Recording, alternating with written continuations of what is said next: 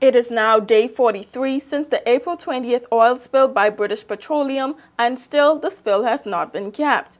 According to the Examiner.com, oil is still pouring into the Gulf of Mexico today as British Petroleum attempts to place a dome over the oil gusher. The spill is now expected to go around the tip of Florida and reach the East Coast, drawing closer to home for the Turks and Caicos Islands.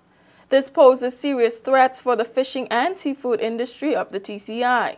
With South Caicos being the seafood hub of the islands, founder of Caicos Pride Processing Plant, Jim Baker, says that he is aware of the possibility of the oil spill reaching the islands. I think it will be terrible, to say the least. I believe that it will reach us eventually. I don't know when, but just the way the currents go and just the way the ecosystem is, I think eventually it will reach here. The amount, no one really knows at this time.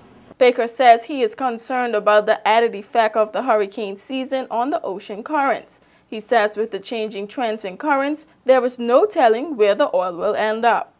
I heard on the news the other day that this is supposed to be a really, really tough hurricane season. And the question is, how will the storms affect the disbursement of the oil? I think there's a lot of factors to consider as to when and how much we will get here, but I think eventually we will get some because of the way the current loops go. Baker said that being in such a vital industry in the TCI, it is imperative that he keeps abreast of the situation, which can have potentially serious effects on his business and a ripple effect on the seafood industry. He says that currently there are no preventative measures in place. You know, that's a very good question. I watch this every morning and I watch it every night on the television to see what's happening. And from what I understand, it doesn't seem that they really know exactly what to do at this point. And the first thing that has to be done is that it has to be stopped. The oil has to be stopped. What can we do? I really don't know, because no one is really doing very much at this point, even in the United States.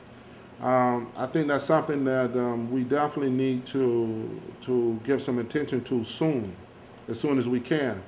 But I do not know what preparations we should or could make at this point. For WIV4 News, I'm Tian Thomas.